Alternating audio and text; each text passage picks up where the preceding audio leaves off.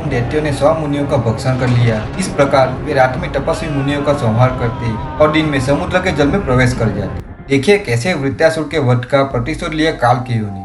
नमस्कार मित्रों, वरुण के निवास स्थान समुद्र का आश्रय लेकर काले नामक दैत्य तीनों लोगों के विनाश कार्य में लग गए। वे सदा रात में कुपित होकर आते और आश्रमों तथा पुण्य स्थानों में जो निवास करते थे उन मुनियों को खा जाते।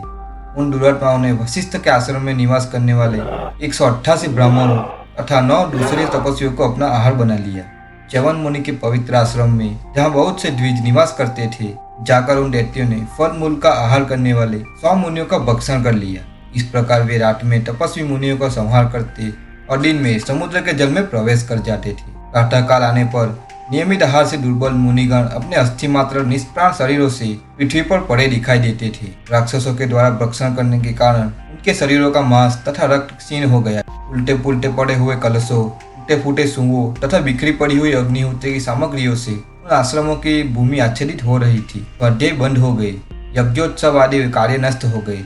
कालकेयों के भय से पीड़ित हुए संपूर्ण जगत में कहीं कोई उत्साह नहीं रह गया था। इस प्रकार दिन दिन नष्ट होने वाले मनुष्य भयभीत हो अपनी रक्षा के लिए चारों दिशाओं में भाग गए। कुछ लोग गुफा में जा छिपे, कितने ही मानव झरनों के आसपास रहने लगे और कितने ही मनुष्य मृत्यु से इतने घबरा गए कि भय से ही उनके प्राण निकल गए। इस भूतल पर कुछ महान धनुर्धर शूरवीर भी थे जो अत्यंत हर्ष और उत्साह से युक्त हो उन दानवों के स्थान का पता लगाते हुए उनके दमन के लिए भारी प्रयत्न करने लगे, परंतु समुद्र में छिपे हुए उन दानवों को वे पकड़ नहीं पाते। उन्होंने बहुत परिश्रम किया, अंत में थक कर वे पुनः अपने घर को ही लौट आए।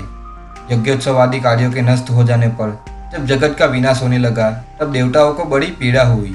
इंद्र आदि सब देवताओं ने मिलकर भय से मुक्त होने के लिए मंत्रणा की। फिर वे समस्त देवता शरणागत वत्सल भगवान नारायण देव की शरण में गए और नमस्कार किया और बोले, हे देवेश्वर, लोकहित के उद्देश्य से हम यह निवेदन कर रहे हैं कि आप समुद्र जगत के प्राणियों, देवताओं और इंद्र की भी महान भय से रक्षा कीजिए। मनुष्यों के समक्ष यह बड़ा भारी भय उपस्थित हुआ है। न जाने कौन रात में आकर इन ब्राह्मणों का वध कर रहा है। ब्राह्मणों के नष्ट होने पर सारी पृथ्वी नष्ट हो जाएगी और पृथ्वी का नाश होने पर स्वर्ग भी नष्ट हो जाएगा। आप ऐसी कृपा करें जिससे आपके द्वारा सुरक्षित होकर सब लोग विनाश को न प्राप्त हो। देवताओं, प्रजा के विनाश का जो कारण उपस्थित हुआ है वह सब मुझे ज्ञात है। मैं तुम लोगों को भी बता रहा हूँ, निश्चित होकर सुनो। दैत्यों का एक अत्यंत भयंकर दल है जो कालकेयों के नाम से विख्यात है। उन दैत्यों ने वृत्रासुर का सहारा लेकर सारे संसार में तहलका मचा दिया था। इंद्र के द्वारा वृत्रासुर को मारा गया देख वे अपने प्राण बचाने के लिए समुद्र में जाकर छिप गए। समुद्र में घुसकर वे संपूर्ण जगत का संहार करने के लिए रात में निकलते तथा यहाँ ऋषि मुनियों की हत्या करते हैं। उन दानवों का संहार नहीं किया जा सकता क्योंकि वे दुर्गम समुद्र के आश्रय में रहते हैं। अतः तुम लोगों को समुद्र को सुखाने का विचार करना चाहिए। महर्षि अगस्त्य के सिवा दूसरा कौन है जो समुद्र का शोषण करने में समर्थ हो। समुद्र को सुखाए बिना वे दानव काबू में नहीं आ सकते। भगवान विष्णु की कही हुई यह बात सुनकर देवता अगस्त्य के आश्रम पर गए। देवताओं ने समीप जाकर उनके अद्भुत कर्मों का वर्णन करते हुए स्तुति प्रारंभ की। देवताओं की बात सुनकर अगस्त्य ने पूछा, देवताओं, आप लोग किस लिए यहाँ पधारे हैं और मुझसे कौन सा वर चाहते हैं। उनके इस प्रकार पूछने पर सब देवताओं ने हाथ जोड़कर मुनियों से कहा, महात्मन, हम आपके द्वारा यह कार्य संपन्न करना चाहते हैं कि आप सारे महासागर के जल को पी जाए। तदनंतर देवद्रोही कालकेय नाम के दानवों को उनके बंधु बांधवों सहित वध कर डाले। देवताओं का यह कथन सुनकर महर्षि अगस्त्य ने कहा, बहुत अच्छा, मैं आप लोगों का मनोरथ पूर्ण करूंगा। इससे संपूर्ण लोगों को महान सुख पहुंचेगा। ऐसा कहकर अगस्त्य जी देवताओं तथा तपस्वी ऋषियों के साथ नंदीपति समुद्र के तट पर गए। समुद्र के तट पर जाकर भगवान अगस्त्य मुनि वहां एकत्र हुए देवताओं तथा ऋषियों से बोले, मैं लोकहित के लिए समुद्र का जल पी लेता हूँ। फिर आप लोगों को जो कार्य करना हो उसे शीघ्र पूरा कर ले। तदनंतर अगस्त्य जी कुपित हो सब लोगों के देखते देखते समुद्र को पीने लगे। उन्होंने समुद्र पान करते हुए देख इंद्र सहित संपूर्ण देवता बड़े विस्मित हुए और स्तुतियों द्वारा उनका समादर करने लगे।